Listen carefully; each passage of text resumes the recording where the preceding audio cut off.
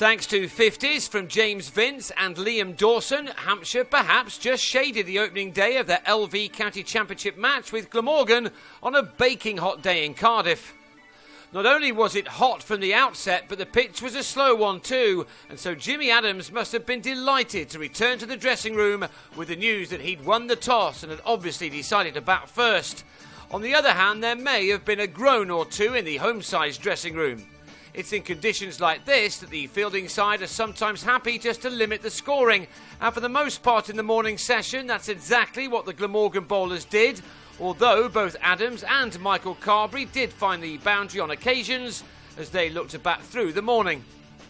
But just before lunch, Carberry perished as he tried to take on Dean Koska, but mistimed his shot to Stuart Walters at mid-on to go for a patient 31. That ended the opening partnership on 76, and soon after lunch, Adams was also out. Walters with his second catch as the batsman edged Will Owen to depart for 47 at 93 for 2. Neil Mackenzie failed to make the most of the conditions. On 11, he was bowled by the pick of the Welsh attack, Michael Hogan, who shaded one back in to remove the South Africans off stump. Glamorgan would have been delighted to have their opponents on 118 for 3, but they then had to toil in the heat for the next 40 overs before they managed to get another breakthrough, by which time Hampshire were well on top. Vince played some terrific strokes, timing the ball well, as he played the most attractive innings of the day, one filled with exquisite cuts and drives. He also managed a 6 just into the final session as he drove Koska over his head on his way to a fine 50, which was made off 79 balls, with 7 fours also being included. Dawson was more defensively minded, determined that he was not going to give the hosts a sniff of his wicket. He defended doggedly, with just the occasional boundary included, as he also got to his half-century of a more patient 125 deliveries. He'd found the rope 6 times.